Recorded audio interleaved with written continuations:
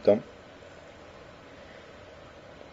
muito bem, mas tudo isso aqui é para vocês verem que esta coisa de você examinar os germes dos movimentos políticos, que é uma coisa que o pessoal liberal, direitista, né, desconhece tanto, que quando eu mostro para eles um desenvolvimento que já está em curso, que já está acontecendo, mas que ainda não saiu no jornal, eles sempre dizem que é loucura. Como, por exemplo, agora no novo Código Penal, reduzir a idade de consentimento para ato sexual para 12 anos de idade. Então é a consagração da pedofilia, como eu anunciei 5, 6, 7 anos atrás. Foi chute, foi sacação? Não, meus filhos. Eu fui lá na discussão. O que os intelectuais, etc., estão discutindo? Então, ou são ideólogos de partido, ou são altos assessores de milionários, de potentados. É lá que está o germe do que vai acontecer. Então, eu não estou diagnosticando, eu estou dizendo um plano que eles têm. Pode ser que esse plano seja abortado ou seja adiado, às vezes os caras não conseguem a coisa no tempo devido, mas não há uma só ideia ou proposta política em circulação que não tenha essa origem. Não há outra origem possível. Então, vamos dizer, os próprios políticos de cargos eletivos, eles é que não têm ideia nenhuma. Quando a coisa chega no parlamento é porque aquilo já é velho. Já está sendo discutido. Por exemplo, você veja todo esse favorecimento aos drogados, aos bandidos, essa moleza que a polícia está dando, as autoridades estão dando, a criminosos. Tudo isso, meu filho, começa na década de 50 e 60. Isso tudo está nos livros do Herbert Marcuse. E já vinha sendo discutido na escola de Frankfurt desde a década de 30. Então, até virar política, passa um tempo. É o mínimo de 30 anos. Pode ser 60, 70. Tá certo? É um processo longo e complicado. Então, entre os direitistas, liberais, conservadores, ninguém parece saber disso. Então, quando você anuncia um processo, até já não está nem em germe, que já está em movimento, eles acham que é teoria da conspiração. Falam, bom, então, eu estou querendo ensinar para eles como é que se trabalha, eles não querem aprender. Isso são todos sem exceção. É milico, é cristão, é católico, é protestante, é jornalista, é empresário, são todos assim. Então, comparado com isso, o pessoal da esquerda é muito mais profissional, porque eles já estão acostumados à ideia de que é preciso estudar as coisas em germe. Algumas vezes eles são pegos de calça na mão, por exemplo. Em 64, abril de 64, eles foram pegos de calça na mão. Por quê? Durante um tempo eles não prestaram atenção ao que estava sendo discutido entre os intelectuais conservadores e, de repente, aconteceu o golpe, eles não levaram a pancada, não sabiam de onde vinha. Tá certo? Mas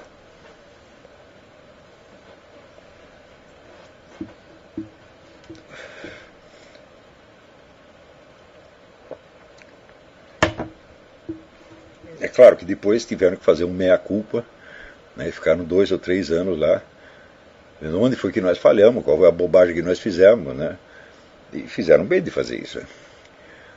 Mas agora, então, houve este encontro na USP, e fala da ascensão do conservadorismo. A ascensão que está, evidentemente, apenas em germe. Um germe muito pequenininho, mas que eles já dão como fato consumado.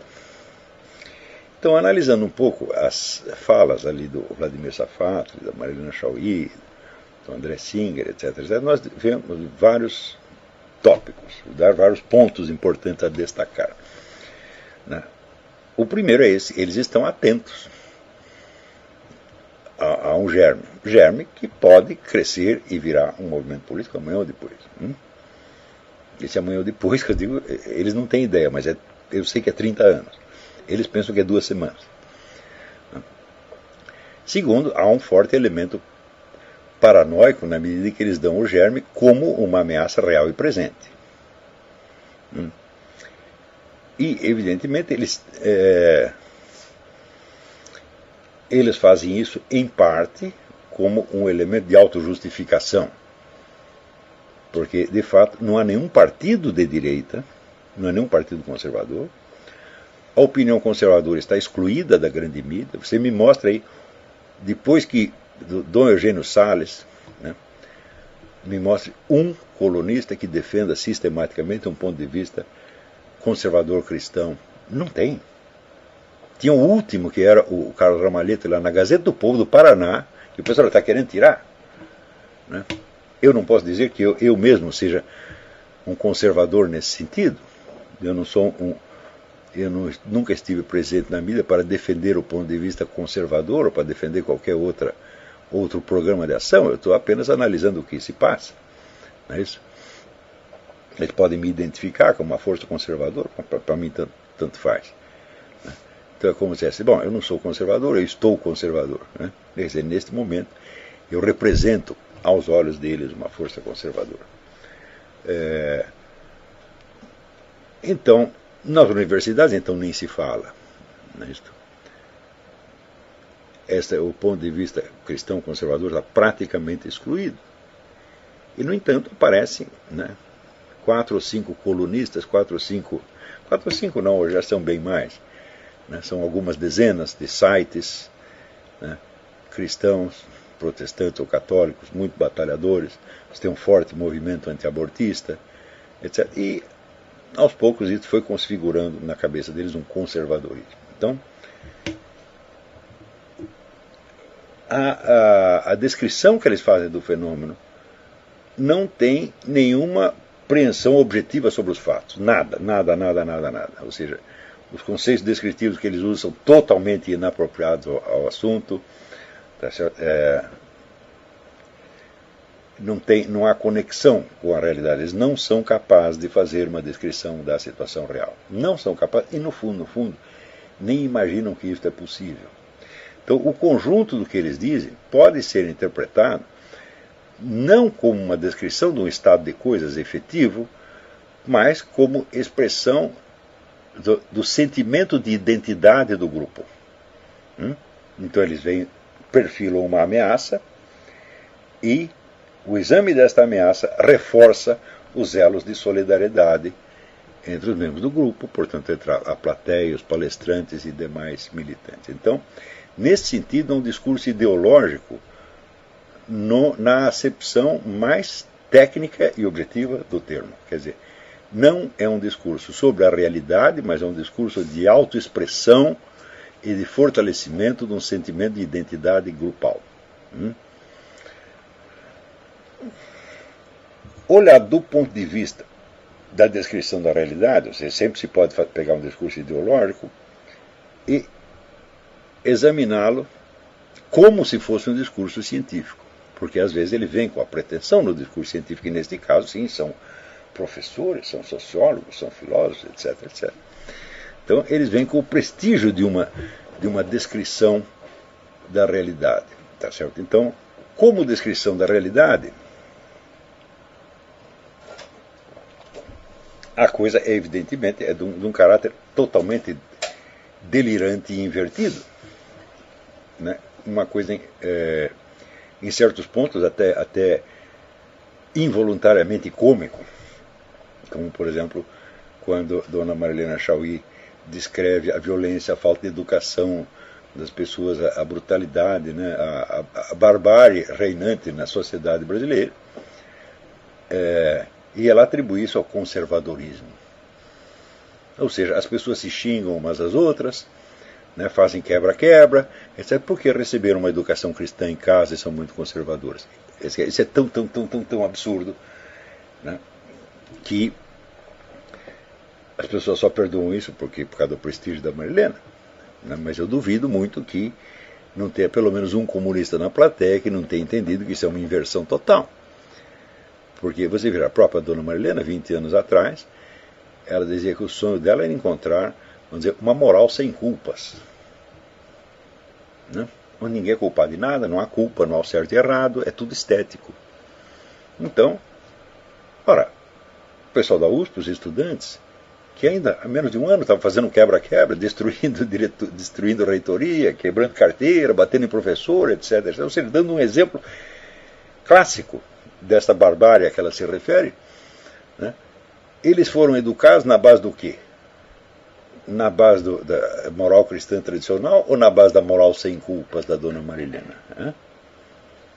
Mais ainda, na mesma semana, os estudantes deram outra sinal de barbárie nesse ataque que fizeram, ataque coletivo a Dom Bertrand, ou aquele ataque que fizeram aos oficiais na porta do clube militar, onde eram centenas de jovens saudáveis e vigorosos, né, xingando nonagenários e achando que são muito valentes por isso. Até escrevi um artigo a respeito. Quer dizer, ora, é evidente que a raiz da barbárie está na perda do sentimento moral tradicional, tá certo? E não tem nada a ver com o conservadorismo, é justamente a perda dos sentimentos conservadores é que cria isso. E houve um longo trabalho nesse sentido, né? Um trabalho de apresentação, por exemplo, dos crimes dos delinquentes como se fossem vítimas da sociedade, a ideia de fazer a sociedade sentir culpa quando pune uma pessoa dessa. Ou seja, um pouco a mentalidade de 68, é proibido proibir, tá certo? Então, isso é, vamos dizer, era uma idealização da barbárie, e nós estamos vivendo sob essa cultura de idealização da barbárie há pelo menos 30 anos, e daqui a pouco as suas ideias viram acontecimentos, e os acontecimentos podem acertar em você. Tem que lembrar, veja, como terminou a vida o príncipe da escola de Frankfurt, Theodor Adorno. Né? Theodor Adorno passou a sua vida tentando corroer todos os valores e critérios morais da civilização, demolir a civilização ocidental, e os estudantes gostaram da ideia. E um dia invadiram a sala dele e fizeram mal quebra-quebra. E ele tentou protestar, e os alunos o que fizeram? Tiraram a roupa, mostraram os peitos, e foram lá começar a dar uns beijinhos insultuosos no velho. Ele teve uma crise nervosa e morreu logo depois. Isso é a Dona Marilena. Ensina as pessoas a serem desrespeitosas, ensina as pessoas que os seus desejos sexuais, seus impulsos, são muito mais sagrados do que os valores da civilização, e as pessoas acreditam e começam a agir em consequência. E acontece que, de repente, pode estar a Dona Marilena na frente e ela mesma vai sofrer o impacto da sua moral sem culpas. E ela vai dizer, é o conservadorismo, é o ressurgimento do conservadorismo. É evidente que é uma inversão, né? Eu não posso nem dizer psicopática, essa é uma inversão psicótica da realidade. É absolutamente delirante. Até agora mesmo o Alessandro estava observando que ao narrar uma dessas experiências, né, onde ela vê a falta de educação, a brutalidade das pessoas, né, reclama que houve um problema de trânsito, né, e a pessoa que estava no outro carro saiu e disse para ela, quem você acha que é para sair gritando com as pessoas assim? E a pessoa estava muito braba. Então a própria Marilena, ela estava contando que foi ela que começou a gritar, e ela se sentindo agredida pela outra. Quer dizer, inverteu tudo, né? Então, mas a inversão do episódio